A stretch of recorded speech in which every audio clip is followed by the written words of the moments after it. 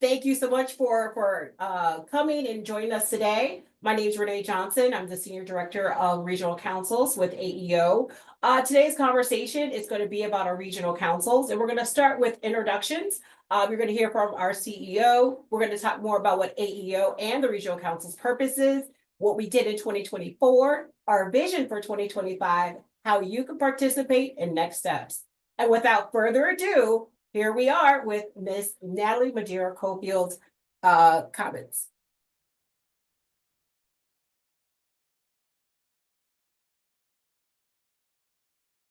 Natalie Madeira-Cofield, and I have the privilege of serving as the President and CEO of the Association for Enterprise Opportunity. It is my honor to welcome you to this pivotal webinar as we explore the purpose, goals, and transformative potential of our regional councils. At AEO, our mission is clear: to create economic opportunities and empower underserved entrepreneurs to start, stabilize, and grow their businesses.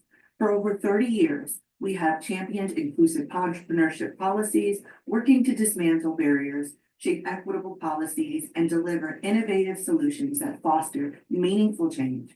Our vision is not just about building businesses, but about building community, driving economic equity, and creating opportunities where they are needed the most. The regional councils are a direct extension of this mission. Born from our commitment to addressing systematic challenges, these councils unite diverse leaders and stakeholders, government officials, private industry leaders, philanthropists, and nonprofit advocates across 10 regions throughout the United States of America. Together, we collaborate to tackle the critical issues that hinder the growth of underserved businesses, crafting localized solutions and building a framework for sustainable progress. Through strategic events, dynamic partnerships, and an unwavering focus on community needs, our regional councils bring the collective power of action to bear to regional challenges. This is more than just a program, it's a movement to ensure that every entrepreneur, regardless of background or zip code, has the tools and resources to thrive.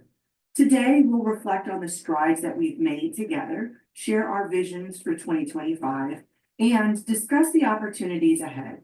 Most importantly, we'll explore how you, our dedicated partners and stakeholders, can join us in driving this vital work forward.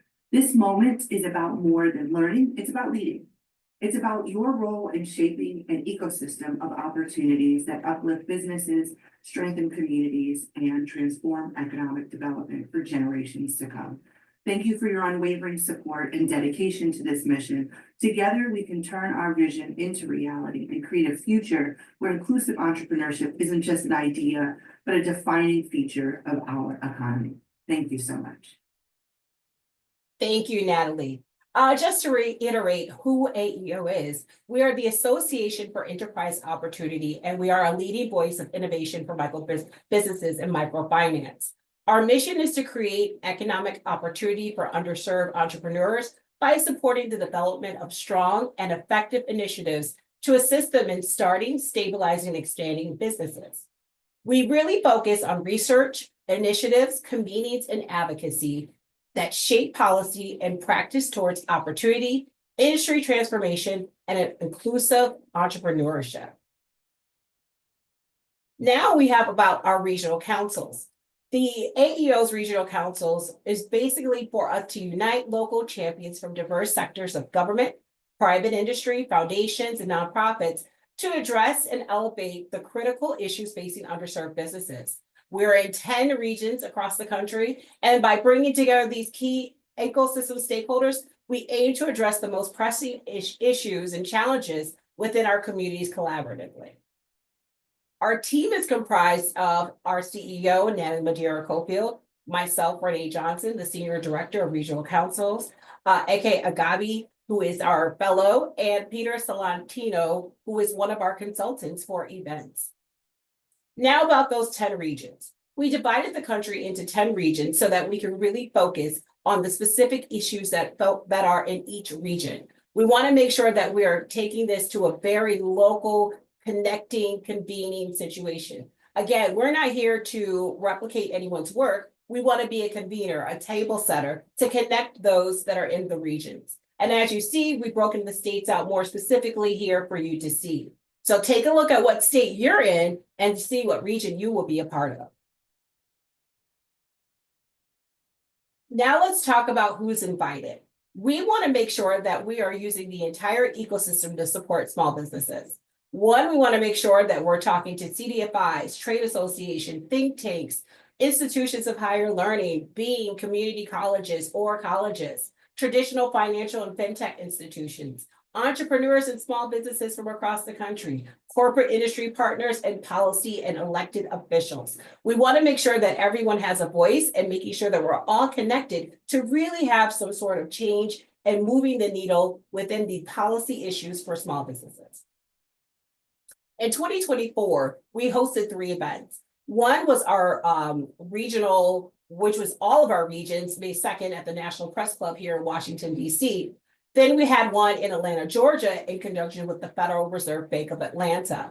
And then we subsequently had another one with the Federal Bank of Chicago in November for our Great Lakes region. Some of our notable speakers you can see here are from diverse and very different sectors. We had Jay Bailey, who was speaking in Atlanta. We had Jerry Agapali from the U.S. Small Business Administration, speaking at our event in Chicago. And we want to make sure that we're continuing to do the same this year.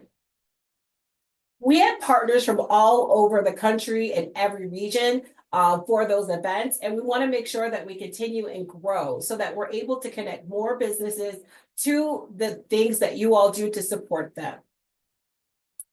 Our upcoming in-person convenings are going to start in April in Dallas, Texas, and we're going to partner with the Federal Reserve Bank of Dallas.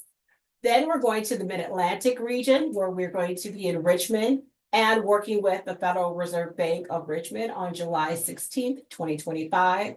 And then the New England region, we're going to be at the Federal Reserve Bank of Boston on October 9th of this year. Now you're wondering, what is it that you're going to be talking about? Like, what happens at these convenings? Well, one, we like to have a fireside chat with the leadership of the Federal Reserve Bank so that we can hear more specifically what is happening in the region. Then we'd like to have a regional economic panel where we have different organizations, partners, whoever you think in the ecosystem, as we named prior, part of those conversations, diving deep into the issues that are specific and targeted to that region. We want to make sure that there's contracting and procurement panels. We want to also have panels that are specific and designed for each region. As you know, every region across the country is different, and we want to make sure that we're amplifying the needs of each region. As far as webinars, we're planning to host a Southeast region virtual conversation on March 6th, Great Lakes virtual conversation on March 11th, and we're doing a focus group in conjunction with the St. Louis Federal Reserve Bank on Thursday, March 20th for the Great Plains and Rocky Mountains. So beyond the convenings, as we mentioned, there's webinars, workshops, focus groups, and we want to make sure that we are continuing that work. We want to partner with your organization to do this. We would not be able to help and create these reports without the amazing work of your organizations and support we would like to do for any of the research that your organization may have. Our regional council community partners participation is we would like for you to advocate for underserved business owners, amplify local ecosystems, and galvanize regional communities who are already serving business needs. Members would be able to drive strategic initiatives, participate in these events, and connect with key stakeholders to foster economic growth.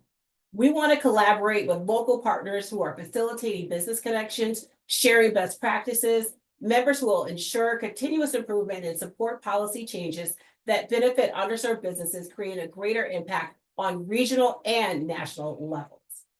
So what are the benefits of joining? Well, one, you'll be able to be in a community that is in your region and able to network with those that may or may not have been networked before. We want to, again, be table setters. We want to convene. We want to make sure that people are connected in the ecosystem. We're all here to support these entrepreneurs, and so the best way to do so is working in tandem together. We also want to make sure that you have resources. So the fact sheets that we produce, like we did for Black History Month, we want to be able to do that for every diverse sector, as well as we want to make sure that we're having true community impact in the work that we're doing. Finally, the regional council's leadership roles. You can actually be one of these in one of the regions. We would love for that. We would love for your partnership. We have a chair for each region. And again, there's 10 regions across the country. And the chair will serve as primary leader of the board of the regional leadership role of that specific region, providing strategic leadership, advocacy, and oversight for regional council. Your key responsibilities will be leadership and advocacy, strategic planning and execution, collaboration and networking, resource and financial management, and of course, policy and advocacy. We would also like to have a policy advocate in each region. And specifically, the advocate would support the regional council chair by driving policy initiatives at the regional level. The engagement advocate would focus on fostering member and stakeholder engagement within the region. And the administrative secretary assists the regional council chair with administrative and secretarial tasks. And with that, if you have any questions specifically about what we discussed today, please feel free to use the Q&A. But I also want to go back and just highlight the different regions. As you see, the different regions have different impact. And what we would like to ensure is that if your organization has several regions, that you are able to participate in more than one region. Wherever you may serve entrepreneurs, we would love for you to be a part of that regional council. Additionally, for the upcoming events, we will be sending registration and additional information in an email after this webinar. So you'll be able to register, be able to attend, and if you would like to speak, feel free to email us so that we are able to connect you to the panels and make sure that you have everything you need in order to participate with the regional councils. Peter, looking at the Q&A, are there any questions? Yes, so we have one question here coming in stating what are the requirements to be in one of the positions? Thank you for that. So the requirements are that you are able to communicate within your region. And again, for the chair, we want to make sure that there is outreach that you're able to do, the time commitment. It is a year position that we would like for people to be in. And then also when we create this council, we want to, in each region, we want to make sure that you're able to facilitate. You'll be able to convene, you'll be able to make the meetings. So the time commitment, we're thinking no more than 10 hours a month. But we want to make sure that this is something everyone who is looking for a leadership role is dedicated to executing. Okay. Is there a cost to join? Is that one of the questions? Someone just popped that in. Yeah, that is one of the questions. And we have a few more coming in as well. Okay, great. No, there is no cost to join. This is actually a opportunity where you'll be able to help fundraise for your region. But there is no cost for organizations to be a part of the regional councils. We have another question asking if Puerto Rico is available. Yes, Puerto Rico is available, and Puerto Rico is actually located in the, sorry, I haven't memorized, Atlantic region. So New Jersey, New York, Puerto Rico, and US Virgin Islands are part of our Atlantic region. We also have a couple questions talking about the Pacific region specifically, if you could elaborate a little more. And someone had mentioned, for example, they're in Southern California. So what's happening in the Pacific region available to them? Yeah, so the Pacific region is Arizona, California, Guam, Hawaii, and Nevada. And we will be working with organizations, stakeholders who are in that region specifically to amplify sort of the needs. One thing we have been doing is talking to the Federal Reserve Bank of San Francisco, and more specifically, they're very interested in figuring out AI and technical assistance for entrepreneurs in the community. So we would definitely want to make sure that's one of the focuses. But again, we want to work with those that are on the ground in each region to amplify and let us know what are the issues, how can we all come together, what is the next step forward, and how can we advocate for change for whatever issues may be. So we have another question about someone, for instance, being interested in a Dallas, Texas region position.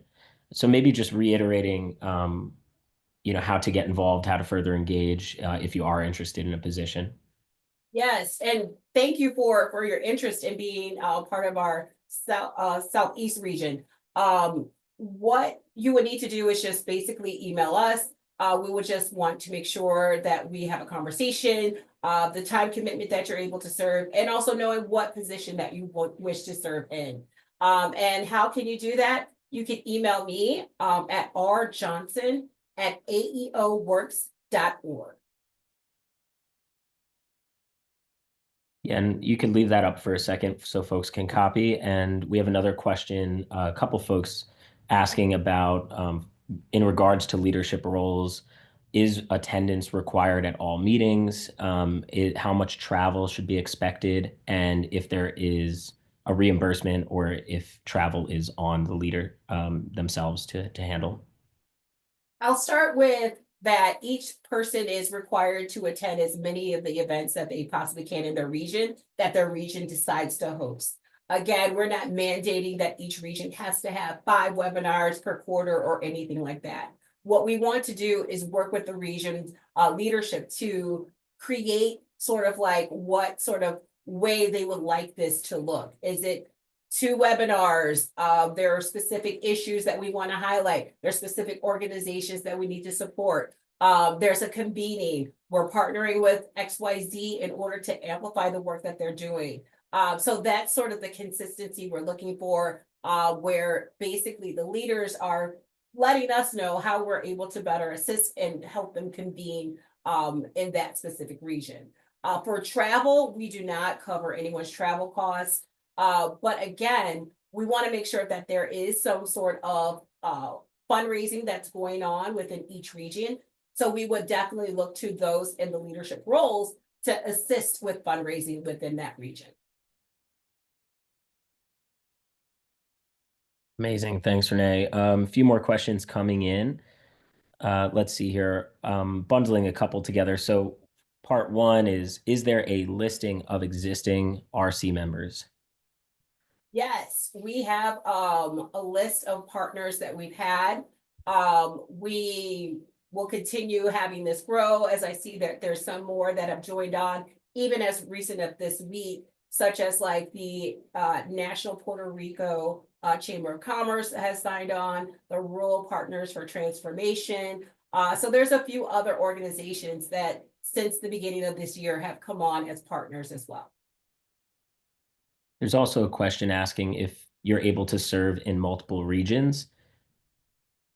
So serving as like a role in more than one region. I think we would just need to discuss more specifically. And I think the reason why is we want to ensure that each region is covered and that those who would like to participate at that level have the opportunity as well. Opposite side of the same coin, someone had asked, can multiple people hold the same seat? Yes. So we would love for more interest than not, of course, into the leadership roles. And so, yes, there could be co-chairs, co-policy advocates, co-administrative secretaries, et cetera, et cetera. Can you, for a second, put the list of positions back up and maybe Okay. talk through one more time? So again, there could be in each region a co-chair, a co-policy advocate, co-engagement advocate, and co-administrative secretary.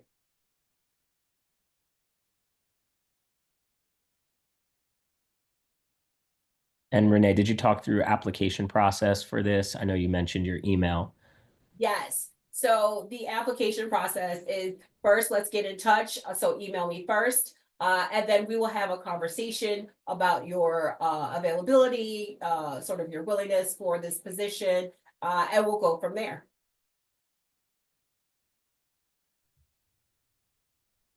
Additionally, you don't have to sign up for a leadership role. Your organization can also be a partner. And if that's the case, you could just let us know. We will also be sending you a link in the follow-up email where you can sign up for being a partner of regional councils.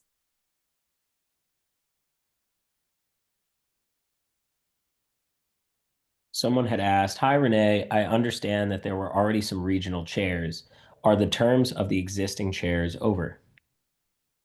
No, and so the current regional chairs, some of them have decided to just be partners with their organization, and others are making decisions on if they would like to continue on.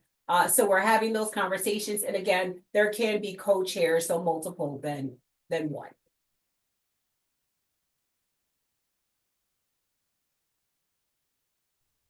There are a couple questions about how fundraising is done and how funds are used that have been raised. Yeah, so fundraising would be how you would typically do with different organizations in tandem. More specifically, if there is an organization that is able to talk to an energy company because their region is focused on energy specific issues for entrepreneurs, but they're willing to be a sponsor financially of a convening. We would then ask for your assistance to acquire that sponsorship.